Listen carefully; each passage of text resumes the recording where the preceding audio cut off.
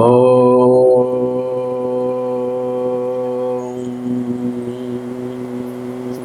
ഈശ്വരാ ഈശ്വരാ ഉദിച്ചു വരുന്ന ഈശ്വര, പന്തീരായിരം പടക്കുതിരെ, ആറോരയ്യപ്പന്മാരെ നൂറോര് ദേവന്മാരെ, ആറോരയ്യപ്പന്മാരിലും നൂറോര് ദേവന്മാരിലും മനമുറിക്ക് മനം കരുത്തുണ്ടാക്കി തരണേ.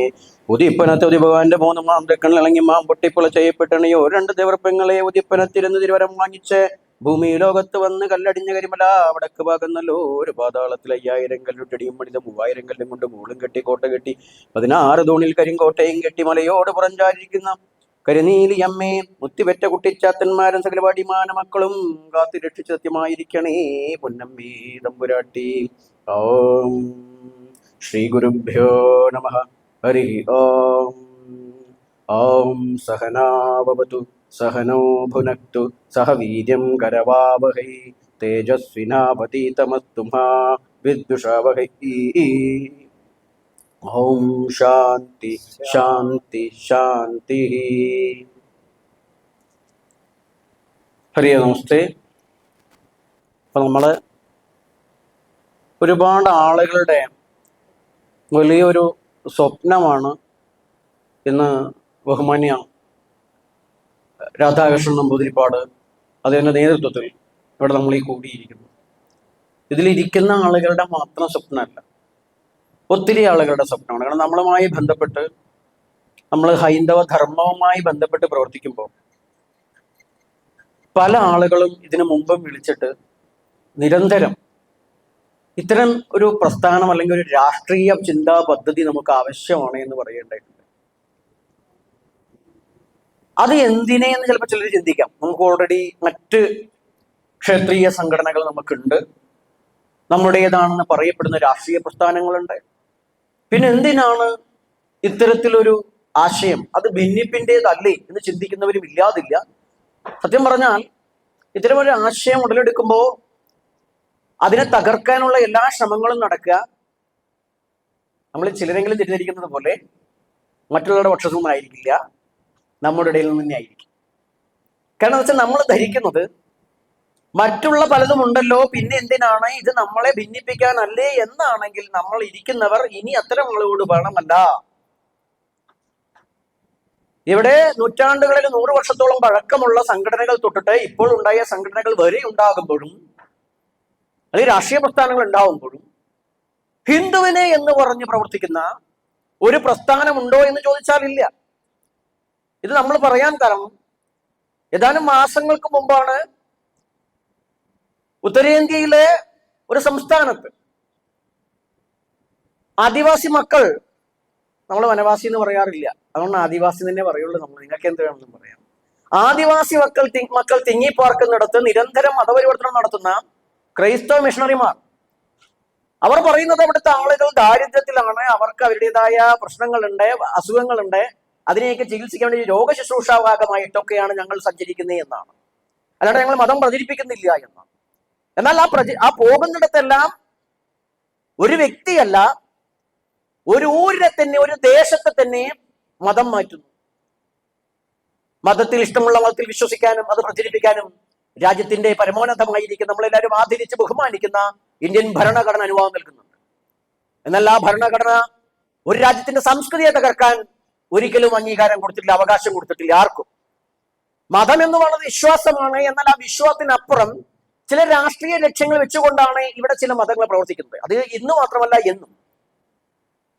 ഇന്ത്യയിലെ ഭരണം നിലനിൽക്കുന്നത് പണ്ടത്തെ രാജ്യഭരണമല്ല, നമുക്ക് എല്ലാവർക്കും അറിയാം. നിലനിൽക്കുന്നത് ജനാധിപത്യ സംവിധാനത്തിലാണ്. ജനാധിപത്യ സംവിധാനത്തിൽ മതത്തിനും മതം വിശ്വസിച്ചു പോകുന്ന ആളുകൾക്കും കൃത്യമായ പങ്കുണ്ട്. കാരണം പ്രാതിനിധ്യ ഭരണമാണ് ഈ രാജ്യത്ത് നിലനിൽക്കുന്നത്. ഭൂരിപക്ഷം ഹിന്ദുക്കൾ എന്ന് പറയുമ്പോൾ നമ്മൾ ചിലപ്പോൾ പറയും നമ്മൾ 80-81% അല്ലെങ്കിൽ 80-79% ഉണ്ടെന്നൊക്കെ നമ്മൾ പറയുമ്പോഴും ആ ശതമാന കണക്കോടുകൂടി നമുക്ക് രാജ്യം ഭരിക്കാൻ കഴിയുന്നുണ്ടോ ചോദിച്ചാൽ ഇല്ല. ഇന്ന് രാജ്യം ഭരിക്കുന്ന പാർട്ടി പോലും ഭൂരിപക്ഷം വരുന്ന ഹിന്ദുക്കളുടെ വോട്ട് കൊണ്ടോ ആ ഭൂരിപക്ഷത്തിലോ അല്ല എന്നൊരു യാഥാർത്ഥ്യം നമ്മൾ തിരിച്ചറിയണം. സഖ്യകക്ഷികളുടെ കൂടി പിന്തുണയോട് കൂടിയിട്ട് സീറ്റ് ഉറപ്പിച്ചിരിക്കുന്നു എന്നേ ഉള്ളൂ, അല്ലാണ്ട് ഒരു ഹിന്ദുവിന്റെ ഭരണ സംവിധാനമല്ല. അതുകൊണ്ട് തന്നെ അവർക്ക് പരിമിതികൾ വരുന്നുണ്ട്. കാരണം അവർക്ക് അതുകൊണ്ട് തന്നെ ഹിന്ദുവിന്റെ മാത്രം കാര്യം നോക്കിയാൽ പോരാ എന്നതിന് തെളിവാണ് ജാർഖണ്ഡ് പോലെയുള്ള സംസ്ഥാനങ്ങളിൽ നടക്കുന്ന മതപരിവർത്തനം കേൾക്കുന്ന സമയത്ത് അവിടെ ആദിവാസി മക്കളെ മതപരിവർത്തനം നടത്തുമ്പോൾ അതിന്റെ ഭാഗമായിട്ട് ഏതെങ്കിലും ഹൈന്ദവ ചെറുപ്പക്കാരോ ഹൈന്ദവരോ പ്രസ്ഥാനങ്ങളോ എതിർക്കുമ്പോൾ ഇവിടെയുള്ള ഹിന്ദു പക്ഷത്താണെന്ന് പറയുന്ന രാഷ്ട്രീയ പ്രസ്ഥാനക്കാർക്ക് കൂടി അവിടേക്ക് ഓടിപ്പോകാൻ തോന്നുന്ന പ്രധാന കാരണം അവർ ഹിന്ദുവിന്റെ മാത്രം ആളുകളല്ല എന്നുള്ളത് കൊണ്ടാണ്. അപ്പൊ അതുകൊണ്ട് തന്നെ ഹിന്ദുവിന്റെ മാത്രമല്ല എന്നുണ്ടാകുമ്പോൾ നമുക്കറിയാം, നമ്മൾ നിൽക്കുന്നത് മലബാറിലാണ്. മലബാറിന്റെ കോഴിക്കോട് എന്ന് പറയുന്ന ശിരോസ്ഥാനത്താണ് നമ്മൾ നിൽക്കുന്നത്. ഒത്തിരി ചരിത്ര സംഭവങ്ങൾക്ക് സാക്ഷ്യം വഹിച്ച മഹാനഗരമാണ് കോഴിക്കോട്.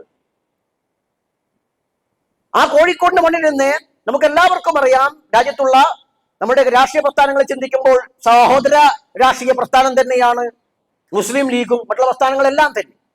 അപ്പൊ മുസ്ലിം ലീഗ് എന്നൊരു പ്രസ്ഥാനം പോലെ മുസ്ലിങ്ങൾ എന്ത് ചെയ്യുന്നു? മുസ്ലിം ലീഗാണെന്ന് പറഞ്ഞു, മതേതര പ്രസ്ഥാനമാണെന്ന് പറയുമ്പോൾ അവർ അവരുടെ മതത്തിന് പ്രാതിനിധ്യം കൊടുത്തു തന്നെയാണ് പോകുന്നത്. ഒരു സംശയം ആർക്കും കരുതുന്നത് അവരുടെ മതത്തിന് തന്നെയാണ് പ്രാതിനിധ്യം. അവരുടെ ഭാഗമായിട്ട് ദലിത് ലീഗ് പോലുള്ള പ്രസ്ഥാനങ്ങളും പ്രവർത്തിക്കുന്നുണ്ട്. അതുകൊണ്ടാണ് അവർ മതേതരം എന്നൊക്കെ പറയുന്നത്. എന്നാൽ ഇമ്പോർട്ടന്റ് ആയിട്ടുള്ളത് അവിടെ നേതൃത്വം കൊടുക്കുന്നത് മുസ്ലിമാണ്, അല്ലാണ്ട് ഹിന്ദു അല്ല. കലാകാലം നേതൃത്വം കൊടുക്കുന്നത് മുസ്ലിമാണ്. പ്രത്യേകിച്ച് ഇസ്ലാമിക മതത്തിലെ വിശ്വാസപ്രകാരം അവരുടെ പരമോന്നത അല്ലെങ്കിൽ അവരുടെ ഒരു പവിത്രത കൽപ്പിക്കുന്ന തങ്ങൾ ഫാമിലിയാണ് അതിന് നേതൃത്വം കൊടുക്കുന്നത്. എന്നിട്ട് ആർക്കും ഒരു കുഴപ്പമില്ല. അവിടെ വരേണ്യത്വമില്ല, വർഗഭേദമുണ്ടെന്ന് പറയുന്നില്ല, വർണ്ണാശ്രമം ഉണ്ടെന്ന് പറഞ്ഞിട്ട് വിഷയങ്ങൾ അവിടെ വരുന്നില്ല. അപ്പോൾ അങ്ങനെ അവർ പ്രവർത്തിക്കുമ്പോൾ, അവർ കോൺഗ്രസിനോട് ചേർന്ന് പ്രവർത്തിക്കുമ്പോൾ, അല്ലെങ്കിൽ മറ്റു രാഷ്ട്രീയ പ്രസ്ഥാനങ്ങളോടൊക്കെ വിവിധ ഇപ്പൊ ഇലക്ഷൻ നടക്കുന്നത് പല ഭാഗത്തും പലരും ചേർന്നിട്ടാണ് പ്രവർത്തിക്കുന്നത്. ആ പ്രവർത്തിക്കുന്ന സമയത്ത് ആർക്കും ഒരു എതിരഭിപ്രായമില്ല. അപ്പോൾ അങ്ങനെ വരുമ്പോ ഇവിടെ ഹിന്ദുവിന്റെ പേരിൽ മറ്റ് രാഷ്ട്രീയ പ്രസ്ഥാനങ്ങളൊക്കെ ഉണ്ടാവുമ്പോൾ അത് ഇന്ത്യൻ നാഷണൽ കോൺഗ്രസ് പോലെയോ കമ്മ്യൂണിസ്റ്റ് പോലെയോ കരുതേണ്ടതുള്ളൂ എന്ന അഭിപ്രായമാണ് നമുക്കുള്ളത്. കാരണം ഹിന്ദുവിന്റെ മാത്രം ശബ്ദമല്ല അവർ. നമുക്ക് വേണ്ടത് ഹിന്ദുവിന്റെ പ്രശ്നങ്ങൾ സംസാരിക്കുന്ന, ഹിന്ദുവിന്റെ പ്രശ്നങ്ങൾക്ക് പരിഹാരം കണ്ടെത്തുന്ന, ഹിന്ദുവിന്റെ ശബ്ദമായി നമ്മളെ പാർലമെന്റിലും നിയമസഭയിലും മുഴങ്ങുന്ന MLA-മാരുടെയും MP-മാരുടെയും മന്ത്രിമാരുടെയും നാമങ്ങളും വാക്കുകളുമാണ്. അത് സാധ്യമാകണമെങ്കിൽ ഹൈന്ദവർക്ക് ബോധ്യം വേണം, ഞങ്ങളുടെ ശബ്ദമാകാൻ ഞങ്ങളുടെ പ്രതിനിധികൾ ഈ പറഞ്ഞ പാർലമെന്ററി സംവിധാനത്തിലേക്ക് കയറി വരണം എന്നുള്ളത്. മഹാനായ അംബേദ്കർ പറയുന്നത് തന്നെ ഒരു ജനാധിപത്യ രാജ്യത്ത് അവരുടെ ശക്തി എന്ന് പറയുന്നത് ജനാധിപത്യ സംവിധാനത്തിന്റെ ഭാഗമാകുക എന്നാണ്. അതിന്റെ ശീലകമാകുന്ന പാർലമെന്റിലേക്ക്, നിയമസഭയിലേക്ക് പ്രവേശനം നേടുക എന്നുള്ളതാണ്. ഇന്നിപ്പോ കേരളത്തിൽ തന്നെ ഒത്തിരി പ്രശ്നങ്ങൾ നമുക്കറിയാം. ശബരിമല പോലെയുള്ള ഇഷ്യൂ സംഭവിക്കുമ്പോൾ ഒരു തരത്തിലും തന്നെ നമുക്ക് അനുകൂലമായി സത്യസന്ധമായി രാഷ്ട്രീയത്തിന്റെ കൂടി അല്ലാതെ സത്യസന്ധമായി നമുക്കൊപ്പം നമുക്ക് വേണ്ടി സംസാരിക്കുന്ന ആരും തന്നെ അവിടെ ഇല്ല. ഇല്ലത്തിന് കാരണം എന്താ? നമുക്ക് തന്നെ വേണമെന്നില്ല, മറ്റുള്ളവർ അങ്ങനെയല്ല, അവർക്ക് വേണമെന്നുണ്ട്. അപ്പൊ അവിടെയാണ് നമുക്ക് മറ്റു സംഘടനകൾ ഉണ്ടാകുമ്പോൾ അതിനൊന്നും എതിരായിരിക്കരുത് എന്ന് അഭ്യർത്ഥിക്കാനാണ് നമുക്ക് ആദ്യഘട്ടത്തിൽ പറ്റുള്ളൂ. ഉപദേഷ്ടാവ് എന്ന് പറയുമ്പോൾ നിർദ്ദേശിക്കണം, ആജ്ഞാപിക്കണം എന്നാണ്. ആചാര്യത്വമാണ് കൽപ്പിച്ചു നൽകുന്നത്. ആചാര്യത്വം എന്ന് പറഞ്ഞാൽ കുറച്ചാൾക്കാർക്ക് അറിയണ്ടായിരിക്കാം, ആജ്ഞാശക്തി ഉള്ളവനാണ് ആചാര്യൻ. ആജ്ഞാപിക്കുകയാണ് വേണ്ടത്, ആചാര്യന്മാർ അപേക്ഷിക്കാൻ പാടില്ല എന്നാണ്. ആജ്ഞാപിക്കണം.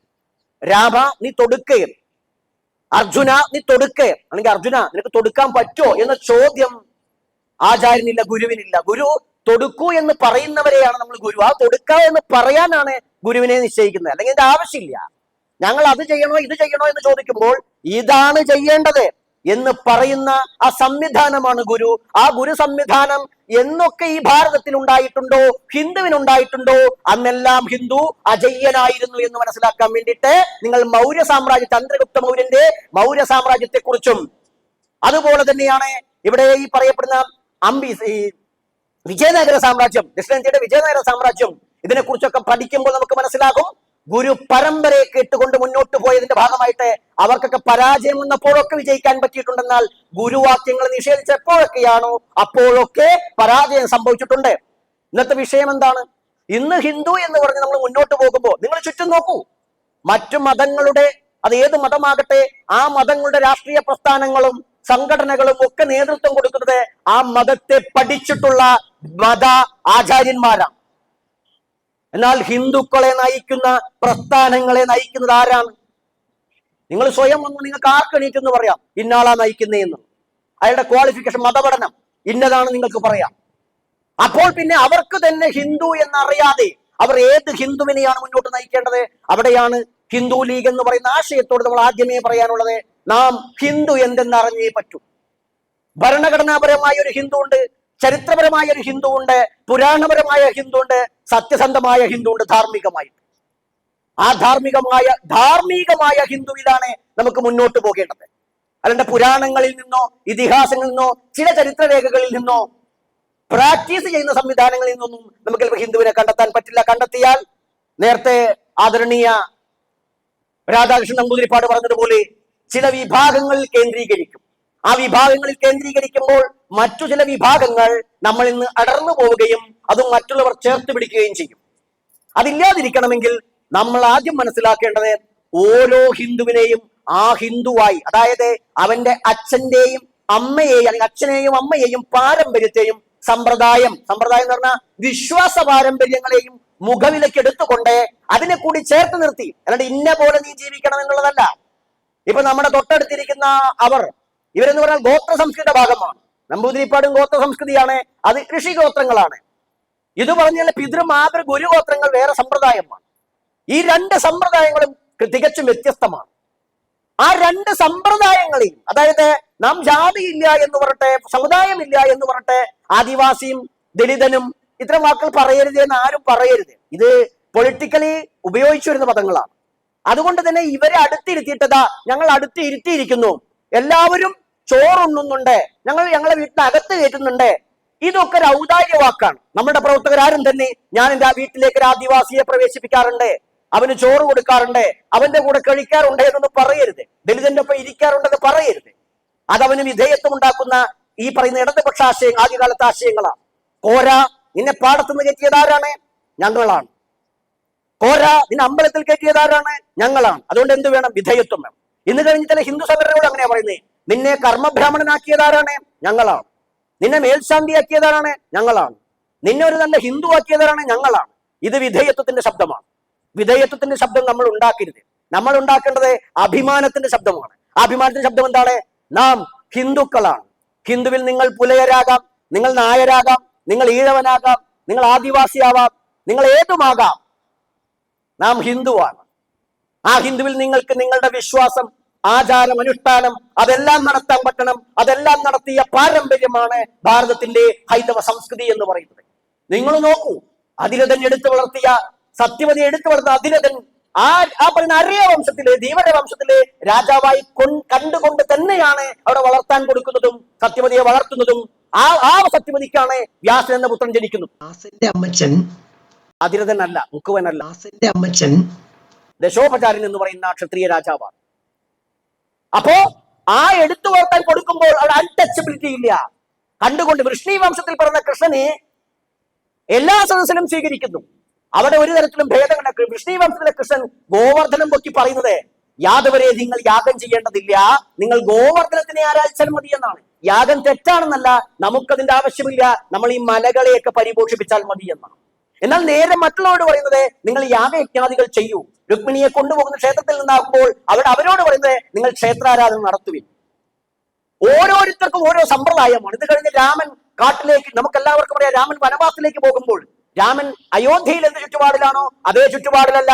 വനത്തിലേക്ക് പോകുമ്പോൾ നിങ്ങൾക്ക് വാൽമീകി രാമായണം പരിശോധിച്ചാൽ മനസ്സിലാകും, വനദേവതകളെ തൃപ്തിപ്പെടുത്താൻ വലിയ ആചാരങ്ങൾ നടത്തിയെന്നാണ്. രാമനെ ഇറച്ചി മീനും തിന്നാൻ വേണ്ടിയിട്ടല്ല, വനദേവതകളെ തൃപ്തിപ്പെടുത്താൻ. അതായത് ഭാരതത്തിലെ ഓരോ സമ്പ്രദായങ്ങളെയും ഇവിടുത്തെ ഋഷിതുല്യരായിരിക്കുന്ന, ദൈവതുല്യരായിരിക്കുന്ന മഹാത്മാക്കൾ ആദരിച്ചിരുന്നു. എല്ലാവരെയും തുല്യമായി കണ്ടിരുന്നു. ആ തുല്യമായി കാണാൻ നമുക്ക് കഴിഞ്ഞു. അതായത് അടുത്തിരുത്തിക്കൊണ്ടോ ചോറ് കൊടുത്തുകൊണ്ടോ ഓണക്കോടി കൊടുത്തുകൊണ്ടോ അല്ല, അവനെ അവനായിട്ട്. കാന്താര സിനിമ കാണുമ്പോൾ എന്താണോ നിങ്ങൾക്ക് തോന്നുന്നത്, ആ ഒരു ആചാരമഹത്വത്തിൻ്റെത് അറിയുന്നത് പോലെ തന്നെയാണ് നിങ്ങൾക്ക് പരിണയം കാണുമ്പോൾ അതിലെ പോരായ്മകൾ വേണ്ട, മറിച്ച് ആചാരങ്ങളെ മനസ്സിലാക്കാൻ. ദേശാടനം സിനിമ കാണുമ്പോൾ ഒരു നമ്പൂതിരി കുട്ടി സന്യാസം സ്വീകരിക്കുന്നതാണ്. അതിനെ ആദരിക്കാൻ കഴിയുന്ന അതേ ഭാവത്തിൽ നിങ്ങൾക്ക് കാന്താര സിനിമ കാണുമ്പോൾ സിനിമയുടെ കഥ പറയല്ല, മറിച്ച് ആ സിനിമ കാണുമ്പോൾ അതിന്റെ ആശയത്തെയും അവരുടെ വിശ്വാസങ്ങൾ ഉൾക്കൊള്ളാൻ കഴിയണം. അതാണ് ഭാരതീയ ഹിന്ദു ധർമ്മം. പടുവൃക്ഷമാണ് ഹിന്ദു ധർമ്മം, ഏകശിലാത്മകമല്ല. ഏകശിലാത്മകമായ ഒരു ഹിന്ദുവിനെ കെട്ടിപ്പടുത്താൽ നാം ഹിന്ദുവില്ല. ഇവിടെ വന്ന് ഓരോരുത്തരും നശിപ്പിക്കാൻ ശ്രമിച്ചത് ഹിന്ദു ധർമ്മത്തെയാണ്. വൈദേശിക ശക്തികളാവട്ടെ, വിപ്ലവ പ്രസ്ഥാനങ്ങളാവട്ടെ, എല്ലാവരും ആവർത്തിച്ച് ശ്രമിച്ചത് ഒരേ ഒരു കാര്യത്തിനാണ്. ആ കാര്യം എന്ന് പറയുന്നത് ഹിന്ദു എന്ന് പറഞ്ഞാൽ ദേശീയ ബോധം. പേരുണ്ടോ എന്ന് വേറെ കാര്യമാണ്. കാരണം ചിലപ്പോൾ നമ്മൾ ഇതൊക്കെ പുറത്തു വരുന്ന സമയത്ത് ഹിന്ദു എപ്പോഴും ഉണ്ടായി ചോദിക്കും. ഹിന്ദു നാമമല്ല, ഹിന്ദു എന്ന് പറയുന്ന ആശയത്തിന്റെ അടിസ്ഥാനപരമായ തത്വവും ധാർമ്മികതയും ഇവിടെ ഉണ്ട്. ആ ധാർമ്മികത വിശാലമായതുകൊണ്ട് തന്നെ അത് നശിപ്പിക്കാൻ പല ശ്രമങ്ങൾ നടത്തി. മാക്സ് മുള്ളറെ പോലുള്ളവർ വേദങ്ങളിൽ കലർപ്പുണ്ടാക്കി. ഇവിടുത്തെ പുരാണങ്ങളും ഇതിഹാസങ്ങളും അതുപോലെ ചുറ്റുപാടുകളും അന്നത്തെ അരക്ഷിതാവസ്ഥയെ ചൂണ്ടിക്കാണിച്ച് ഇതാണ് ഹിന്ദു ധർമ്മം എന്ന് പറഞ്ഞുകൊണ്ടേയിരുന്നു. എന്നാൽ എത്ര കണ്ട് പരിശ്രമിച്ചിട്ടും ഈ കാലഘട്ടത്തിൽ പോലെ മതപരിവർത്തനം പോലെ പല കാര്യങ്ങൾ ചെയ്തിട്ടും ഇതാ ഇവരൊന്നും തന്നെ ഈ പറയപ്പെടുന്ന ചതുർവേദങ്ങളോ ഇതിഹാസങ്ങളോ പുരാണങ്ങളോ ആംഗലേയ ഭാഷയിലോ അല്ലെങ്കിൽ ഉത്തരേന്ത്യൻ ഭാഷയിലോ അതല്ലെങ്കിൽ സംസ്കൃതത്തിലോ ഒന്നും മറ്റു ഭാഷകളൊന്നും പഠിച്ചതല്ല. ഇവർക്കിവിടെ ഗുരുകാരണന്മാർ കാണിച്ചു കൊടുത്ത വഴിയാണ് പോകുന്നത്. എന്നിട്ടും അവർ ഇവിടെ ഈ ധർമ്മത്തിൽ ഉറച്ചു നിൽക്കാൻ വേണ്ടി പെടാപ്പാട് വിടുന്നവരാണ്. അതായത് അങ്ങനെ അവനവന്റെ മാതൃപിതൃ പാരമ്പര്യത്തിൽ ആത്യന്തികമായ അക്ഷരങ്ങൾക്ക് അതീതമായിട്ട് ഒരു ഹിന്ദുവായി നിൽക്കാൻ എല്ലാ മാർഗങ്ങളും ഇവിടെ ഉണ്ട്. അതായത് ഭഗവത്ഗീത പവിത്രമാകുമ്പോൾ ഭഗവത്ഗീത മാത്രമല്ല, ഭഗവത്ഗീത ആശയങ്ങൾ ഉൾക്കൊണ്ടുകൊണ്ടിട്ടുള്ള മറ്റ് പലതും ഹിന്ദുക്കളുടെ ഇടയിലുണ്ട്. നാം സംസാരിക്കുന്നതിലെ അർത്ഥവ്യാപ്തി കാര്യകാരണങ്ങൾ പലർക്കും എന്താണെന്ന് മനസ്സിലാവുന്ന പോലും ഉണ്ടോ നമുക്കറിയില്ല. കാരണം ട്രഡീഷണലി കേട്ടുവരുന്നത് ചതുർവേദങ്ങളെ കുറിച്ചും ഇതിഹാസങ്ങളെ കുറിച്ചും പുരാണങ്ങളെ കുറിച്ചും ചില സന്യാസപ്പത്തന്നെ അദ്ദേഹം പറഞ്ഞ പോലെയാണ്. നമ്മളെന്നും കണ്ടാൽ എന്താന്ന് പോലും മനസ്സിലാവില്ല. ഇങ്ങനെ കറുപ്പെടുത്ത ഒരു സ്വാമി ഉണ്ടാവൂ? കാവ്യല്ലേ സ്വാമിയുടെ ധർമ്മം? അല്ല സ്വാമിക്ക് എന്തോ കുട്ടികളും മക്കളും ഉണ്ടോ? ഇതൊക്കെ ചോദ്യം ഉണ്ടാകും. അതൊക്കെ ഉണ്ടാകുമെന്ന് പോലും അറിയാത്ത, സ്വന്തം ധർമ്മത്തെ കുറിച്ച് പോലും അറിയാത്ത ആളുകളാണ് ഹൈന്ദവർ. അതായത് നമ്മൾ രാധാകൃഷ്ണൻ നമ്പൂതിരിപ്പാട് പറയണ്ടായി, സ്വാമി ഇങ്ങനെയാണ് പറഞ്ഞത്, കൊടിയിലെ കാവ്യ പോലും നമുക്ക് അഭിപ്രായ വ്യത്യാസമുണ്ട്. കാവ്യോട് വിരോധം ഉണ്ടായിട്ടല്ല, കാവ്യ ത്യാഗത്തിന്റെയാണ്. ഹിന്ദുവിന് ത്യാഗമാണോ വേണ്ടേ, അതോ സാമൂഹികമായ ഭോഗമാണോ വേണ്ടേ? ഹിന്ദുവിന്റെ അടിസ്ഥാന പ്രശ്നം ഇന്ന് ദാരിദ്ര്യമാണ്. ഇതൊക്കെ അദ്ദേഹത്തോട് പറഞ്ഞ വാക്കാണ്. ദാരിദ്ര്യം എന്നുള്ളത് സാമൂഹിക വ്യവസ്ഥയിൽ കഞ്ഞി കുടിക്കാനില്ല, ഉടുക്കാൻ വസ്ത്രമില്ല എന്നുള്ളതല്ല, മറ്റ് മതങ്ങൾക്കൊപ്പം എത്താൻ വിദ്യാഭ്യാസപരമായും സാമൂഹികമായും സാമ്പത്തികപരമായും എല്ലാ മണ്ഡലങ്ങളിലും അവർക്കൊപ്പം എത്താൻ ഹിന്ദുവിനായിട്ടില്ല. അതുകൊണ്ട് ഹിന്ദുവിന്റെ പ്രശ്നം ആ തരത്തിൽ ദാരിദ്ര്യമാണ്. ആ ദാരിദ്ര്യത്തെ നമ്മൾ മുന്നോട്ട് വെക്കുമ്പോൾ ത്യാഗമാണോ വേണ്ടത്, ഭോഗമാണോ വേണ്ടത്? അതുകൊണ്ട് കൊടി എന്താ ചാവട്ടെ, അതിൽ നമുക്ക് വിരോധമില്ല. പക്ഷെ കുറച്ച് ആശയപരമായിട്ട് ത്യാഗമായിരിക്കരുത്. നമുക്ക് പ്രവർത്തിക്കണമെങ്കിൽ പോലും ഒരു ഉദാഹരണത്തിന് ഇപ്പൊ നേരത്തെ ഇവിടേക്ക് വിളിച്ച സമയത്ത് ആരോ ഫോൺ എടുത്ത് പറഞ്ഞത് ഒരു ഓട്ടോ വിളിച്ചു വരൂ എന്നാണ് പറയുന്നത്. അദ്ദേഹത്തിന് അറിയാത്തോണ്ടായിരിക്കാം. നമ്മുടെ ആചാര്യന്മാർ വരുമ്പോ, ആചാര്യന്മാർ പറഞ്ഞാലും ആര് വരുമ്പോഴും നിങ്ങൾ അവിടുന്ന് ഒരു കാർ എടുത്തു വരൂ എന്ന് പറയേണ്ട രീതിയിലേക്ക് നാം ഇപ്പോഴും മാറിയിട്ടില്ല. ഗുരുക്കന്മാരെ ആചാര്യന്മാർ, ഇവിടുത്തെ രാജാക്കന്മാർ രഥത്തിലേക്കിട്ടാ പോവാ, രാജാവ് നടന്നിട്ടാ പോവാ. ഗുരു ജനിച്ചത് ഏത് ഗോത്രം കുലം നോക്കിയിട്ടല്ല പോയിട്ടുള്ളത്. അവിടെ ഞങ്ങളെ കാറ് കൊണ്ടുപോകണമെന്നല്ല പറയുന്നേ. അത് ചിന്തിക്കണമെങ്കിൽ എന്ത് വേണം? ഓട്ടോന്റെ കാശല്ല, കാറിന് കൊടുക്കാനുള്ള കാശ് പോക്കറ്റിൽ വേണം. ആ പോക്കറ്റിൽ ഉണ്ടാവാൻ ദൈവം മുകളിൽ ഇട്ടു തരില്ല മക്കളെ. നാം പ്രവർത്തിക്കണം. ആ പ്രവർത്തിക്കണമെങ്കിൽ പ്രവർത്തന സജ്ജമാക്കുന്ന രജോഗുണ പ്രധാനിയായിരിക്കണം. രജോഗുണ പ്രധാനിയായിരിക്കും വേണം. അവിടെയാണ് കർമ്മോത്സുകനായിരിക്കണം. കർമ്മോത്സുകനാകാത്ത അർജുനന്മാരെ കൊണ്ടൊന്നും ചെയ്യാൻ കഴിയില്ല. അതുകൊണ്ട് ത്യാഗം എന്ന് പറയുന്നത് എല്ലാം ഉപേക്ഷിക്കൂ എന്ന് പറയുകയല്ല, എല്ലാം നേടൂ, നിങ്ങൾ സമ്പന്നരാകൂ. അതുകൊണ്ട് ത്യാഗത്തിന്റെ വേദാന്തമല്ല, വേദാന്തം നമുക്ക് വേണം ആത്യന്തികമായിട്ട്. എന്നാൽ ത്യാഗത്തിന്റെ വേദാന്തമല്ല. നമ്മുടെ ശീലകങ്ങളിലേക്ക് നോക്കൂ, അവിടെ എല്ലാം തന്നെ കേവലം ഒരു ആണ്ടിയായിരിക്കുന്ന സുബ്രഹ്മണ്യനോ ഏതാനും ചില മൂർത്തികളോ ഒഴിച്ച് ബാക്കി എല്ലാവരും സർവാഭരണ വിഭൂഷിതരായിട്ട് അത്യാവശ്യം പുട്ടിയും പൗഡറുമിട്ട് ചന്ദ്ര കളവച്ചാർത്തുകൊണ്ട് ആഭരണങ്ങൾ തിരുവാഭരണങ്ങൾ കൊണ്ട് മൂടപ്പെട്ട ആ പറയുന്ന പ്രൗഢിയുടെ സ്വരൂപങ്ങളാണ്. അത് നമ്മളെ ഓരോ ഹൈന്ദവനെയും ബോധ്യപ്പെടുത്തണം. എന്താണ് യത് ഭാവയതി തത് ഭവതി, എന്താണോ നിങ്ങൾ ചിന്തിക്കുന്നതായി മാറും. ഇതുപോലെ ആകണം മക്കളെ, നിങ്ങൾ സമ്പന്നരാകണം. നിങ്ങൾ വസ്ത്രം ഉപേക്ഷിക്കുന്ന ഒരു ഉപേക്ഷിച്ചത്, പക്ഷേ വസ്ത്രം ഉപേക്ഷിക്കുന്നത് ഏകദേശം ജൈനന്മാരെ പോലെയാകണം. ഈ രാജ്യത്തെ ഏറ്റവും വലിയ വസ്ത്ര കച്ചവടക്കാരെന്ന് ചോദിച്ചാൽ ജൈനന്മാരായിരിക്കും. എന്നാൽ തുണി ഉടുക്കാതെ നടക്കുന്ന സ്വാമിമാരിൽ, ദിഗംബരന്മാരിൽ ഏറ്റവും കൂടുതൽ ജൈനന്മാരാണ്. വസ്ത്രം അവർക്കില്ലെങ്കിലും കച്ചവടം ചെയ്യുന്നത് വസ്ത്രങ്ങളാണ്. അതുകൊണ്ട് പണം ഉണ്ടാക്കുന്നു, സമ്പാദിക്കുന്നു. അതുപോലെ ഓരോ ഹിന്ദുവിനും സമ്പാദിക്കാനുള്ള അവസരമുണ്ടായി വരണം. ആ ദാരിദ്ര്യം പോകാം അവിടെ. അതുകൊണ്ട് അവിടെ ത്യാഗം എന്ന ആ തെറ്റായ ചിന്താഗതി വിടുക. ഒന്നും ഏകദൈവത്തെ വിശ്വസിക്കുന്നു എന്ന് പറയുന്ന മുസ്ലിം സഹോദരങ്ങൾ, അവർ വെച്ചിരിക്കുന്ന കൊടിയുടെ നിറം പച്ചയാണ്. അതിന്റെ നടുക്ക് കാണുന്ന ചന്ദ്രകല എന്ന് പറയുന്നത് ഭുവനേശ്വരുടെ ബീജമാണ്. ആരാധന വെള്ളിയാഴ്ചയാണ്. അവരെ മഹത്വം പറയുകയല്ല നമ്മൾ. വെള്ളിയാഴ്ചയും ശുക്രനും പച്ചയും ഒക്കെ പ്രകൃതിയുടെയും പരിപോഷിപ്പിന്റെയും നിറമാണ്. അവർ പോലും അറിയാതെയാണ് ആചരിക്കുന്നത്. നമുക്ക് 7 ദിവസത്തിലും 7 മൂർത്തികളും 7 അതിനോട് ബന്ധപ്പെട്ട സമ്പ്രദായങ്ങളും ആചാരങ്ങളും ചിന്തകളും സങ്കല്പങ്ങളും പക്ഷെ നമുക്ക് അറിയില്ല. അപ്പൊ അതുകൊണ്ട് നമ്മൾ അധികം കൂടുതൽ നീട്ടിപ്പോയി കഴിഞ്ഞാൽ തീരില്ല. അതുകൊണ്ടാണ് നമ്മൾ ആദ്യം ഗുരു എന്ന സമ്പ്രദായത്തെ മനസ്സിലാക്കാൻ ശ്രമിക്കുന്ന അഭ്യർത്ഥന. ഗുരു എന്ന് പറഞ്ഞാൽ നമ്മളൊന്നുമല്ല, വ്യത്യസ്ത സമ്പ്രദായങ്ങൾ, സന്യാസ പാരമ്പര്യങ്ങളിൽ തന്നെ വ്യത്യസ്ത സമ്പ്രദായങ്ങൾ. ഇപ്പൊ നമ്മൾ വന്നിരിക്കുന്നത് ശങ്കര പരമ്പരയിൽ നിന്നല്ല, നമ്മൾ വന്നിരിക്കുന്നത് ചണ്ടാള പരമ്പരയിൽ നിന്നാണ്. അങ്ങനെ ഒരാളുണ്ട്, ഉണ്ട്. ശങ്കരാചാര്യ പോലും പറയുന്നുണ്ട്, ചണ്ടാളോസ്തു സതു ദിജോസ്തു ഗുരുത്തിഷ മനീഷാമുമ. ശങ്കരാചാര്യ സ്വാമികൾ പറയാണ്, എന്റെ മുന്നിൽ ചണ്ടാളിനെ ഞാൻ കണ്ടു, അദ്ദേഹത്തോട് വഴി മാറാൻ പറഞ്ഞു. പക്ഷെ അദ്ദേഹം തിരിച്ചെന്നോട് ചോദിച്ചു, ആരാണ് മാറേണ്ടത്? ദേഹമാണെങ്കിൽ എന്റെയും അങ്ങയുടെയും ശരീരത്തിൽ എന്ത് ഭേദം? ആത്മാവാണെങ്കിൽ നമ്മൾ രണ്ടുപേരുടെയും ആത്മാവ് ഒന്ന് തന്നെയല്ലേ? ആ ചോദ്യത്തിന് മുന്നിൽ ശങ്കരാചാര്യ പകച്ചുപോയി എന്ന് ശങ്കരാചാര്യ സ്വാമികൾ പറയുകയാണ്. എന്നിട്ട് ആ ചണ്ടാളിനെ വന്ദിക്കുകയാണ്. പക്ഷെ നമുക്കിന്ന് ചണ്ടാളിനെ അറിയില്ലെങ്കിൽ എന്താ, ഈ ഇപ്പൊ തമിഴ് കൾച്ചർ എന്നൊന്നും ആരെങ്കിലും ഒക്കെ ഉണ്ടാവും, ഡേ ചണ്ടാളാ അപ്പടി അപ്പടി ചണ്ടാളത്തെ പട്ടുണ്ടാ അവർക്ക് പുരിയും. എന്നാ ചണ്ടാള എന്ന് വിളിച്ച ചണ്ടാളനെ അറിയില്ല. അതുപോലെ തന്നെ വൈദിക പാരമ്പര്യത്തെ കുറിച്ച് നമുക്കറിയാം, താന്ത്രിക പാരമ്പര്യത്തെ കുറിച്ച് അറിയില്ല. തന്ത്രി എന്ന് പറഞ്ഞു കഴിഞ്ഞാൽ നമ്മൾ മനസ്സിലാക്കുന്ന ഏതെങ്കിലും മനയിലെ, അദ്ദേഹത്തെ പോലുള്ള മനയിലെ നമ്പൂരാക്കന്മാര് മാത്രം, അങ്ങനെയല്ല. ജാതി നമ്പൂതിരിമാരിനെ വേദം പൂരേഴി നമ്പൂരി എന്നാണ്. അവർ വേദശാസ്ത്രത്തെ കൈകാര്യം ചെയ്യുന്നവരാണ്. ബാക്കി 99.99% ഹിന്ദുക്കളും ഭഗവാൻ പരമശിവൻ എന്ന വേദങ്ങൾ ബ്രഹ്മമുഖത്തു നിന്നാണെങ്കിൽ സാക്ഷാൽ ഭഗവാൻ പരമശിവൻ എന്ന ഇവൻ ആദിവാസി മക്കൾ പോലും തന്ത്രശാസ്ത്രത്തെയാണ് പിൻപറ്റുന്നത്. സംസ്കൃത ഭാഷയിലൊന്നുമല്ല, അത് സമ്പ്രദായമാണ്, ആചാരക്രമങ്ങളാണ്. അനിത്യകർമ്മലോഭ എന്നാണ് തന്ത്രശാസ്ത്രം. നിത്യകർമ്മത്തിൽ ലോപം വരുത്തരുത്, നശിച്ചു പോകും. മുസ്ലിങ്ങൾ 5 നേരം പ്രാർത്ഥിക്കുമ്പോൾ അസൂയപ്പെട്ടിട്ട് കാര്യമില്ല മക്കളെ. അനിത്യകർമ്മലോഭ. ഓരോ ഹിന്ദു ഭവനത്തിലും ഓരോ ആചാരങ്ങളാണ്. എല്ലാവരും ഭഗവത്ഗീത വായിക്കുന്നു പറഞ്ഞാൽ ഇവര് മതം മാറിപ്പോകും. എന്താണ് ഗീതാശാസ്ത്രം? ഇതം പുണ്യം എപ്പടേ പ്രയതപ്പുമാൻ എന്നീ സാധുക്കൾ പറയാൻ വയ്ക്കെങ്കിൽ പറയട്ടെ. ഇനി പറയാൻ അറിയില്ലെങ്കിൽ അത് പറയിപ്പിച്ചാൽ അവർക്ക് വഴങ്ങിയില്ല. അവർക്ക് ഏറ്റവും വഴങ്ങെന്താ? ഒന്നുകിൽ ലാ ഇലാഹ അല്ലല്ലാ ഇല്ലല്ലാ, അല്ലാഹു അക്ബർ, അല്ലെ കർത്താവേ ഏറ്റവും സുഖ. അവിടെയാണ് നമ്മൾ ഇത് പറഞ്ഞു കൊടുക്കുന്നത്. അതിനുവേണ്ടി അവർക്ക് ഈസി എന്താ? എന്റെ ദൈവങ്ങളെ, ഇത് തെറ്റുണ്ടോ? ഇല്ല. എന്റെ ദൈവങ്ങളെ, ഇതിന് വലിയ ആഴം. അവര് മനസ്സ് തട്ടി വിളിച്ച്, അതാണ് അവരുടെ സമ്പ്രദായം. അപ്പൊ അവിടെ അവരൊക്കെ തന്ത്ര പാരമ്പര്യം. പക്ഷെ നമ്മൾ മനസ്സിലാക്കുന്ന അങ്ങനെയല്ല. ചില ആളുകൾ മാത്രമാണ് ഇതിന്റെ ആളുകൾ, മറ്റുള്ളവർ മോശം. ആ ധാരണയിൽ നിന്നാണ് നേരത്തെ പറഞ്ഞ ഇവനെ ഞാൻ വീട്ടിൽ കയറും, ഇവനെ ഞാൻ കഞ്ഞി കൊടുക്കും, ഇവനെ ഞാൻ അടുത്തിരുത്തും, എന്തോ രൗതായി. അത് വേണ്ട. അതുകൊണ്ട് ഇത് പിന്നീടൊരു അവസരത്തിൽ നമ്മൾ എന്താണ് ഹിന്ദുവിന്റെ സമ്പ്രദായ ഭേദം എന്ന് നമ്മുടെ നേതൃത്വത്തിനൊന്ന് മനസ്സിലാക്കാൻ വേണ്ടിയിട്ടുള്ള ഒരു അവസരം, എന്താ പറയാ, ഈ ഹിന്ദു ലീഗ് എന്ന് പറയുന്ന ആ പ്രസ്ഥാനവും അതിന്റെ നേതൃത്വവും നമ്മൾ ഉൾപ്പെട്ട നേതൃത്വം തന്നെ അതിനൊരു അവസരം ഉണ്ടാക്കുക. എന്താണ് ഹിന്ദുവിന്റെ ആചാരഭേദങ്ങൾ, സമ്പ്രദായ ഭേദങ്ങൾ? ഹിന്ദു എന്ന് പറഞ്ഞാൽ ഒരു മതമല്ല. ഹിന്ദു എന്ന് പറഞ്ഞ ഒരു രാഷ്ട്രത്തിന്റെ സംസ്കൃതിയാണ്. ആ സംസ്കൃതിക്കുള്ള വിവിധങ്ങളായ മതങ്ങളുണ്ട്. അതാണ് ഇന്ത്യൻ കാസ്റ്റ്. ഹിന്ദു സമുദായങ്ങൾ, കാസ്റ്റ് ജാതിയല്ല. ജാതിയിൽ നമ്മൾ ആണും പെണ്ണും മാത്രമേ ഉള്ളൂ. ട്രാൻസ്ജെൻഡർ ആണെങ്കിലും അതേ ഉള്ളൂ. സമുദായമാണ്.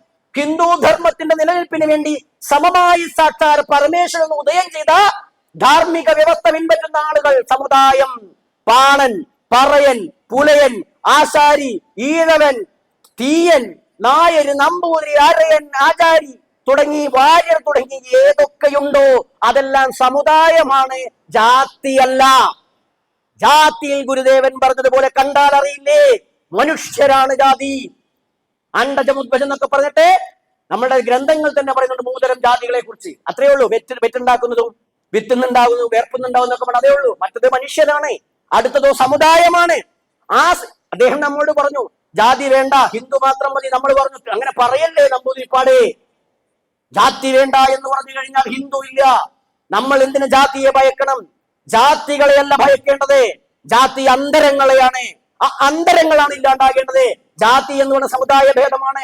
നമ്മളത് ഹിന്ദു മാത്രം മതി എന്ന് വെക്കാം. പക്ഷെ ഹിന്ദുവിനെ വെച്ചാൽ ഒരു മതമാകും. ആ മതത്തിനൊരു വേദഗ്രന്ഥം വേണ്ടേ? അതിനൊരു ഗുരു വേണ്ടേ? അതിനൊരു ആചാരശൈലി വേണ്ടേ? ഏതെടുക്കും? നിങ്ങൾ പറയും ഞങ്ങൾക്ക് 4 വേദം എടുക്കാം, വ്യാസനെ ഗുരുവായി വരിക്കാം, അതുപോലെ തന്നെ സന്ധ്യാമന്ദനവും അഗ്നിഹോത്രവും നമുക്ക് ആചാരമായിട്ട് എടുക്കാം. അപ്പോൾ ഹിന്ദു ആയില്ലേ ചോദിച്ചാൽ നമ്മൾ പറയാണ് അത് നിങ്ങളുടെ ആചാരമല്ലേ. ഇവർക്ക് പറയാനുള്ളത് മലവീളുകളെ കുറിച്ചും അവിടെ വെക്കുന്ന പടുക്കയെ കുറിച്ചും ഒക്കെയാണ്. അവർക്ക് പറയാനുള്ള പിതൃപൂജകളെ കുറിച്ചാണ്. അപ്പോൾ അവരുടെ സംസ്കൃതി നശിപ്പിച്ചാൽ ഹിന്ദുവിന് പിന്നെ മത മാറ്റത്തെ കുറിച്ച് സംസാരിക്കാൻ പറ്റുമോ? ഇല്ല. അതുകൊണ്ട് നമ്മൾ മതത്തെ ഉണ്ടാക്കണ്ട, ധർമ്മത്തെയാണ് ഉണ്ടാക്കേണ്ടത്. ധർമ്മത്തെയാണ് മുൻനിർത്തേണ്ടത്. ധർമ്മസ്യ പ്രഭുരച്യുത.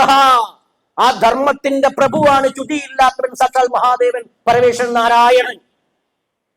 അതുകൊണ്ടാ പറഞ്ഞത് നമ്മൾ എല്ലാവരും ഉറപ്പിക്കുക, ഞങ്ങൾക്ക് സമുദായ ഭേദമില്ല, ജാതി ഭേദമല്ല, സമുദായ ഭേദമില്ല. ഞങ്ങൾ എല്ലാ സമുദായങ്ങളും ഈക്വലായി കാണുകയല്ല, അറിയുന്നു, അനുഭവിക്കുന്നു. നീ പുലയനാണെങ്കിൽ പുലയൻ തന്നെ ആവണം. നിനക്കല്ല, നിനക്ക് ബ്രാഹ്മണനാകണോ, ആയിക്കോ, ഒരു വിരോധമില്ല. പക്ഷെ നീ പുലയനാണെന്നില്ല അശ്രേഷ്ഠത്വം കാണണ്ട, അയാൾ ബ്രാഹ്മണനാണ് ശ്രേഷ്ഠത്വം കാണണ്ട.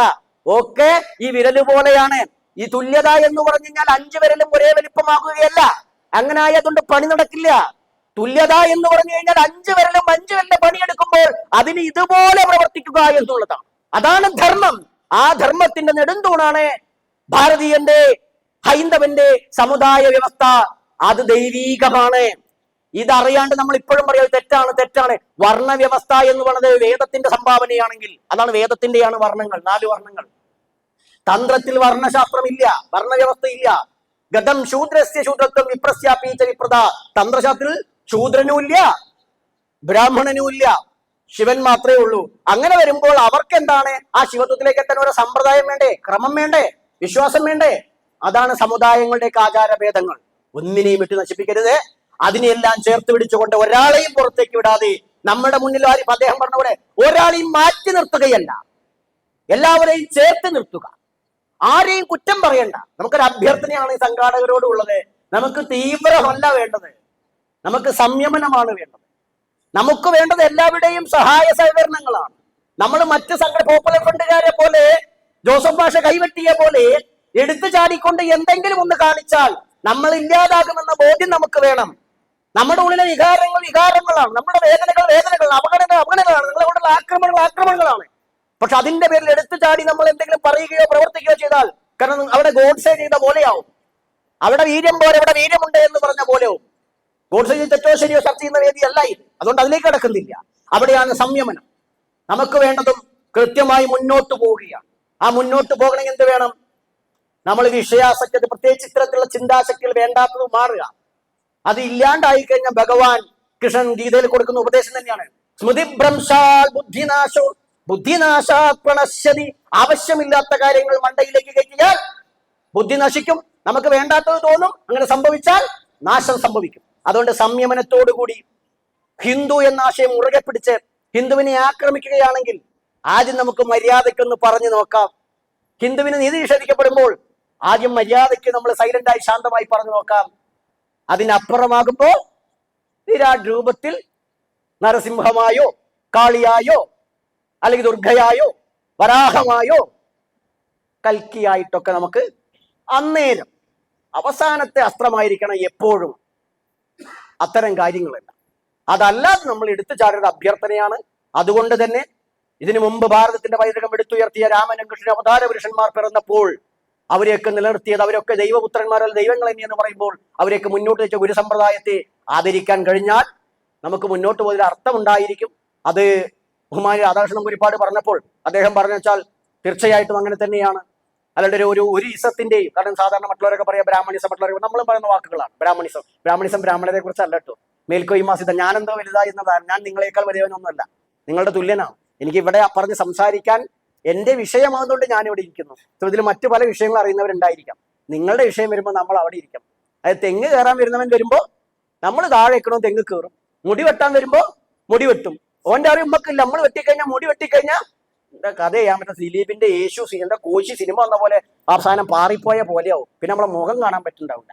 അപ്പൊ ചുരുക്കി പറഞ്ഞാല് അതുകൊണ്ട് ഓരോരുത്തരുടെയും കഴിവ് വ്യത്യസ്തമാണ്. അതാണ് നമ്മൾ, അതുകൊണ്ടാണ് ഈക്വാലിറ്റി എന്ന് പറയുന്നത് പരസ്പര ആദരവാണ്. ഞാൻ വലിയ ഗുരു എന്ന ഭാവം എനിക്കില്ല. അതുകൊണ്ട് ഞാൻ കാല് പിടിക്കുമ്പോഴും അയ്യോ വേണ്ട. അത് നിങ്ങളുടെ എന്താ പറയുക, നിങ്ങളുടെ നന്മയും നിങ്ങളുടെ മേന്മയുമാണ് നമ്മളെപ്പോൾ കാല് പിടിക്കുന്നത്. നമ്മളുടെ ഗുണമൊന്നുമല്ല. നമ്മൾ നിങ്ങളെപ്പോഴും മനുഷ്യൻ മാത്രമാണ്. പക്ഷെ എന്താണ്, നമുക്ക് നമ്മളെ കുറിച്ച് നല്ല ധാരണയുണ്ട്. നിങ്ങൾ എത്ര പേർക്ക് അത്ര സ്വയം ധാരണയുണ്ട് എന്ന് അറിയില്ല. ഭഗവാൻ കൃഷ്ണൻ പറഞ്ഞ പോലെ നമുക്ക് നമ്മെ അറിയാം അർജുന, പക്ഷെ നിന്നെ അറിയുന്നില്ല, അത്രയേ ഉള്ളൂ. അതുകൊണ്ട് നമ്മൾ അറിയുക, ഒരു ഭേദവുമില്ലാതെ ഒന്നിച്ചു നിൽക്കുക. നമ്മളുടെ ഇടയിലുള്ള പ്രശ്നങ്ങൾ നമുക്ക് പറഞ്ഞു തീർക്കാൻ പറ്റണം. ഇന്ന് നമ്മളുടെ സാമുദായികമായിട്ടുള്ള പ്രശ്നങ്ങൾ ഇന്നും രൂക്ഷമാണ്. ഇപ്പൊ കേരളത്തിൽ ഇല്ലെങ്കിൽ പോലും, ദക്ഷിണേന്ത്യയിൽ കുറവാണെങ്കിൽ പോലും മറ്റു ഭാഗങ്ങളിലൊക്കെ കൂടുതൽ തന്നെയാണ്. നമ്മൾ തള്ളിക്കളയാൻ കഴിയില്ല. അപ്പൊ അവിടുത്തെ വിഷയങ്ങൾ വരുമ്പോൾ ഇതുപോലെ ഇരുന്ന് നമ്മളാണ് തീരുമാനം. രാഷ്ട്രീയക്കാരായിരിക്കരുത്. രാഷ്ട്രീയക്കാർ നമ്മൾ രാഷ്ട്രീയ പാർട്ടി ആവാം. ഇപ്പൊ ഈ മുസ്ലിങ്ങളുടെ ഇടയിലൊക്കെ പ്രശ്നം ഉണ്ടാകുമ്പോൾ കാന്തപുരം അല്ലെങ്കിൽ UP EP ഒക്കെ പ്രശ്നം ഉണ്ടാകുമ്പോൾ പാണക്കാട് ഞങ്ങൾക്ക് ഇടപെടില്ലേ? അതുപോലെ ഇടപെടാൻ നമുക്ക് നമ്മുടെ മതപ്രശ്നങ്ങളുടെ ഇടയിലേക്ക് മറ്റൊരാൾ നുഴഞ്ഞു കയറാൻ സ്പേസ് ഉണ്ടാവരുത്. ആദിവാസിയും നമ്പൂതിരിയും പ്രശ്നമാണെങ്കിൽ അത്തരം ആളുകൾക്കൊപ്പം ഇരുന്ന് ചർച്ച ചെയ്ത് ഞങ്ങൾ ആ പ്രശ്നം പരിഹരിച്ചു എന്ന് 24 മണിക്കൂറിനുള്ളിൽ പറയാൻ നമുക്ക് പറ്റണം. അതിലൊരു വിള്ളൽ ഉണ്ടാക്കാൻ പാടില്ല. അത് തന്നെയാണ് ഏറ്റവും വലിയ രാഷ്ട്രീയപരമായിട്ടുള്ള മുതലെടുപ്പ്. അതുണ്ടാകും. അതുകൊണ്ട് തന്നെയാണ് ശ്രീമൻ നമ്പൂതിരിപ്പാട് പറഞ്ഞപ്പോൾ നമ്മൾ പറയുന്നത്, അയ്യോ നമ്മുടെ ആശ്രമത്തിന്റെ നിയമാവലി നമ്മളെ എഴുതി ചേർത്താണ് ഒരു രാഷ്ട്രീയ പ്രസ്ഥാനത്തിന്റെ ഒരു അധികാര സ്ഥാനത്ത് നമുക്ക് ഇരിക്കാൻ പാടില്ല.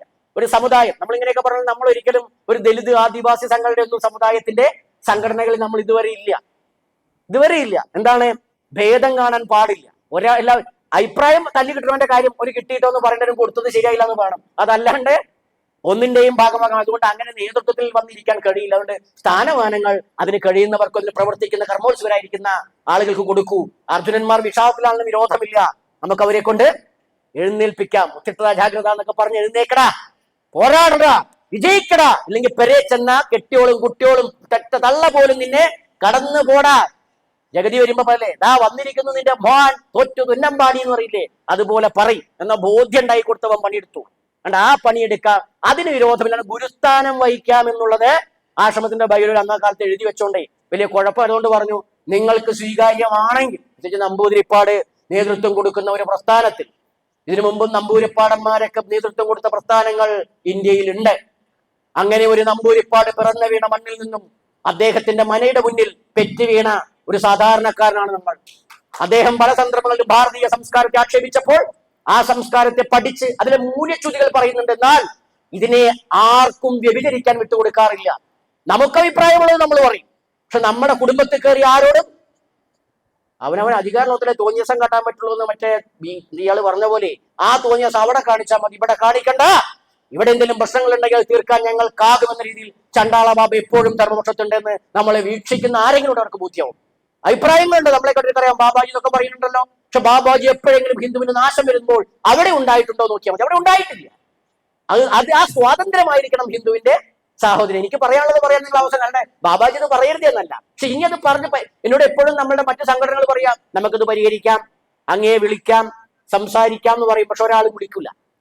ഇനിയിപ്പൊ എനിക്ക് വിളിക്കാൻ കാത്തു നിൽക്കേണ്ട ആവശ്യമില്ല. അദ്ദേഹം പറഞ്ഞത് ശരിയാണെങ്കിൽ, രാധാകൃഷ്ണൻജി ഒരു പ്രശ്നമുണ്ടല്ലോ, അത് പരിഹരിക്കണ്ടേ?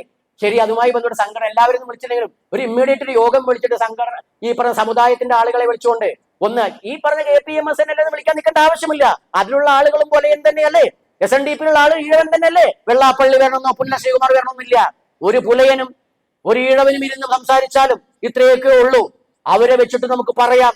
ആ പറയാനുള്ള തന്റെ ഇടവും കഴിവും ശക്തിയും ആർജിച്ചു എന്നുള്ളതാണ് ആരംഭത്തിൽ തന്നെ ഇത്തരത്തിലൊരു കൂട്ടായ്മ ഇവിടെയുള്ളത്. കാരണം ഇതിൽ ഹിന്ദുവിൽ വിവിധ സമുദായങ്ങളുണ്ട് എന്നുള്ളത് ഇതിന്റെ ആരംഭത്തിന്റെ വിജയത്തിന്റെയാണ്.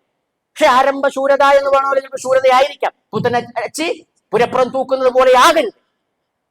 നമ്മുടെ സംസാരം തീക്ഷ്ണമാണ്. അതുകൊണ്ട് എല്ലാ സംഘടനക്കാളും നമ്മളെയൊക്കെ വന്ന് കണ്ടിട്ടുണ്ട്. പക്ഷെ പോവാത്തതിന് കാരണം നേരത്തെ പറഞ്ഞതാണ്, നമ്മുടെ അഭിപ്രായ സ്വാതന്ത്ര്യം വൈവിധ്യങ്ങളെ അംഗീകരിക്കണം എന്നാണ്. അതിന് ഞാൻ പറയുന്ന വാക്കാണ്, അദ്ദേഹത്തോട് പറഞ്ഞ വാക്കന്നെ ഞാൻ പറയാണ്, ബ്രാഹ്മണിസമാണ് ഈ സംഘടനയുടെ ലക്ഷ്യമെങ്കിൽ അതിന് ചണ്ടാള ബാബ എതിരാണ്. ഹിന്ദു ധർമ്മമാണ് സംഘടനയുടെ ലക്ഷ്യമെങ്കിൽ നമ്മളൊപ്പമാണ്. ബ്രാഹ്മണ്യം ജ്ഞാനമാണെങ്കിൽ ഹിന്ദുക്കളെല്ലാം ജന്മം കൊണ്ട് തന്നെ ജ്ഞാന പരമ്പരയിൽപ്പെട്ടവരാണ്. ജന്മനാ ജായതേ ശൂദ്ര എന്ന വാക്ക് ഞാൻ അംഗീകരിക്കാറില്ല. കാരണം ജന്മം കൊണ്ട് അവൻ അജ്ഞാനിയും മോശപ്പെട്ടവനുമാകുമ്പോൾ അവന്റെ അമ്മയെ മോശപ്പെടുത്തും. അമ്മയെ മോശപ്പെടുത്തിയവന് ഭാരതാംബയെ കുറിച്ച് പറയാൻ അധികാരവും അവകാശവും. പെറ്റ നാടിനെയും പെറ്റമ്മയെയും പിറന്ന സമ്പ്രദായങ്ങളെയും മാതാവായി കാണുന്നവരാണ് ഭാരതീയർ, വിശിഷ്യ ഹിന്ദുക്കൾ. അവർ ജന്മം കൊണ്ട് തന്നെ ഒരുത്തൻ മോശൻ മറ്റെന്തുകൊണ്ട് ഉത്കൃഷ്ടനാകുള്ളൂ, അത് ഏതെങ്കിലും അമ്മമാരുടെ സമ്പ്രദായമാണെന്ന് പറയുമ്പോ അമ്മയെ കുറ്റം പറയുക. ആരെങ്കിലും നീചയോനി പറഞ്ഞാൽ നമുക്ക് അംഗീകരിക്കാനാവില്ല മക്കളെ. അതുകൊണ്ട് പറഞ്ഞതാണ്. അദ്ദേഹം പറഞ്ഞു, ഒരു സംശയമില്ല, എനിക്ക് ബാബാജി വേണ്ട നിർദ്ദേശം തരണം, അങ്ങ് മതി. കാരണം നമ്പൂരി ആവുമ്പോ ആരെങ്കിലും പറയും നമ്പൂരി എന്ന് പറയുമ്പോ എനിക്ക് അഭിമാനത്തോടു കൂടി പറയണം. കാരണം നമ്മളാണ് നമ്മളെ ചണ്ടാളെന്ന് വിളിക്കുന്നത്, അദ്ദേഹം അല്ല. നമ്മളാ പറഞ്ഞു നമ്മളെ ചണ്ടാളെന്ന് വിളിക്കണം എന്ന് പറഞ്ഞ നമ്മളാണ്. നിങ്ങളോട് ഓരോരുത്തരോടും ചണ്ടാളെന്ന് വിളിച്ചാൽ മതി. അത് അഭിമാനത്തിലായി ഏറ്റെടുത്തിരുന്നാണ്. ആരാ ചണ്ടാളൻ? ഒരാളെ ഏറ്റെന്ന് പറയും. ആരാണ് മഹാചണ്ടാളൻ? സാക്ഷാൽ മഹാദേവനാണ്. അതറിയുമ്പോൾ മഹാദേവനെ ദക്ഷപ്രജാപതി പറയുന്നതിന് ഹേ സതി, ഈ ചണ്ടാളനെ എനിക്ക് കിട്ടിയുള്ളൂ എന്നാ ചോദിക്കുന്നത്. കാരണം ദക്ഷപ്രജാപതിക്ക് ഉൾക്കൊള്ളാൻ പറ്റിയില്ല. അതുപോലെ ചില ഹിന്ദുക്കൾക്കും തോന്നും ചണ്ടാളനോ ഇതിപ്പോ എന്താ. പക്ഷെ നിങ്ങൾ പറയണം, ചണ്ടാളനെ വന്ദിച്ച ശങ്കരൻ നമുക്കൊപ്പമുള്ളപ്പോൾ ആ ശങ്കരൻ നമ്മൾ ഉയർത്തിപ്പിടിക്കുമ്പോൾ എന്തുകൊണ്ട് ചണ്ടാളനെയും കൂടി ചേർത്ത് പിടിച്ചൂടാ? അതാവണ്ടേ ഹിന്ദു, അതാകണം ഹിന്ദു. അപ്പോൾ മാത്രമേ ശങ്കരനും ചണ്ടാളനും തുല്യമായി ആദരിക്കപ്പെടുന്നുള്ളൂ. അതായിരിക്കണം നമ്മുടെ കാഴ്ചകളുടെ നായാടി തൊട്ട് നമ്പൂരി വരെ, നായാടി തൊട്ട് ഇത് പറയണ്ട. ഇട്ടു എന്ന് പറഞ്ഞു കഴിഞ്ഞാൽ എന്തൊക്കെയോ അവിടെ ഇട്ടു പോകുന്നുണ്ട്. അങ്ങനെ ഇട്ടൊന്നും വേണ്ട, തൊട്ടിട്ടൊന്നുമില്ല. നമ്മളെല്ലാരും ഒരുമിച്ച് ഇട്ടു വേണ്ട. കാരണം അത് ശരിയാവൂല, ആരോഹണം ശരിയാവില്ല. അതുകൊണ്ട് ആ ആശയത്തിൽ നിന്നുകൊണ്ട് കൃത്യമായി രാഷ്ട്രീയ ആശയങ്ങൾ രൂപീകരിച്ചുകൊണ്ട് തന്നെ ഒരു തരത്തിലും അദ്ദേഹത്തോട് നമ്മൾ ഒരു തരത്തിലും എല്ലാവരോടും അപേക്ഷയാണ്. നമ്മൾ ആദ്യമല്ല അവസാനം വരെ നമ്മുടെ ഭാഗത്തൊരു ഭീകര ഹിന്ദു ആണെന്നൊരു തോന്നൽ ഉണ്ടാക്കരുത്. അതുണ്ടായി കഴിഞ്ഞാൽ നമുക്ക് വളരാൻ കഴിയില്ല. ആശയത്തെ ആശയമായിട്ട് തന്നെ പറയണം, അതിനൊരു സംശയവുമില്ല. അതിലെടുക്കുന്ന സമീപനങ്ങൾ അദ്ദേഹത്തുമായിട്ട് നമ്മൾ സംസാരിച്ചിട്ടുണ്ടെങ്കിൽ എല്ലാം നമ്മൾ ഈ സാഹസിൽ പറയുന്നില്ല. വേണ്ട കാര്യങ്ങൾ അദ്ദേഹത്തോട് ഇപ്പം ജിജി ഉണ്ടായിരുന്നു, അങ്ങനെ അപ്പൊ ജിജി ഒക്കെ ഉണ്ട്. അപ്പൊ എന്താ വെച്ചാൽ അവരോട് നമ്മളൊന്ന് സംസാരിച്ചിട്ടുണ്ട്. ബാക്കി നിങ്ങൾ നേതൃത്വത്തിലുള്ള ആളുകളോട് അദ്ദേഹം പറയും. പക്ഷെ മറിച്ച് വളരെ സൗഹാർദ്ദത്തിൽ ഇന്ത്യയുടെ മുഖമുദ്ര മതേതരത്വമാണല്ലോ അല്ലേ? നമുക്കും ആ മതേതരത്വത്തിന് പോകാം അല്ലെ? മറ്റുള്ളവരൊക്കെ കാണിക്കുന്ന മതേതരത്വം നിങ്ങൾക്ക് എല്ലാവർക്കും ബോധ്യമുണ്ടല്ലോ ഇല്ലേ? അവരെപ്പോഴും പറയാറില്ലേ മതേതരത്വം? നമ്മൾ നമ്പൂരിപ്പാട്ടോട് പറഞ്ഞു, അതേ മതേതരത്വം നമ്മൾ ഉയർത്തിപ്പിടിക്കണം. ഏത് മതേതരത്വം? അതേ മതേതരത്വം നമ്മളും ഉയർത്തിപ്പിടിക്കണം. അവരുടെ മതേതരത്വം എന്താണ്? അതന്നെ നമ്മുടെ മതേതരത്വം. ഒരു മാറ്റവും ഇല്ല, അതിലൊരു ഇഞ്ച് വ്യത്യാസം നമുക്കില്ല. അതുകൊണ്ട് അവരുടെ അതേ സമാധാനവുമായിരിക്കണം നമുക്ക്. അതേ സമാധാനം, ശാന്തത, ഐക്യം. കണ്ടാൽ ഹായ്.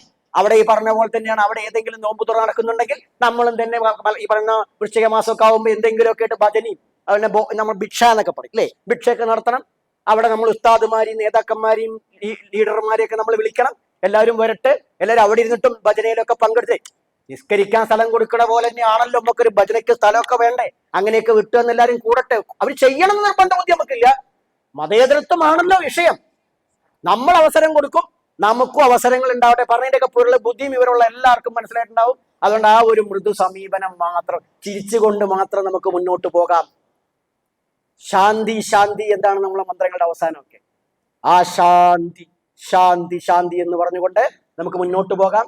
ആര് തകർത്താലും ആര് പിന്മാറ്റിയാലും നമ്മുടെ ക്ഷത്രിയ സംഘടന പ്രാർത്ഥന പോലെ നന്നിന്ന് ചൊന്നവർ നാളെ മറിച്ചു ചൊന്നാൽ നമ്മൾ ഒറ്റ സ്വരത്തിൽ പറയാ, അനക്ക് വേണമെങ്കിൽ പരേ പോയിക്കോ, ഞാൻ ഉദ്ദേശിച്ചിറങ്ങിയതാണ്. എനിക്ക് ആ മറ്റേ സിനിമയിൽ മോഹൻലാൽ വേണവനെ.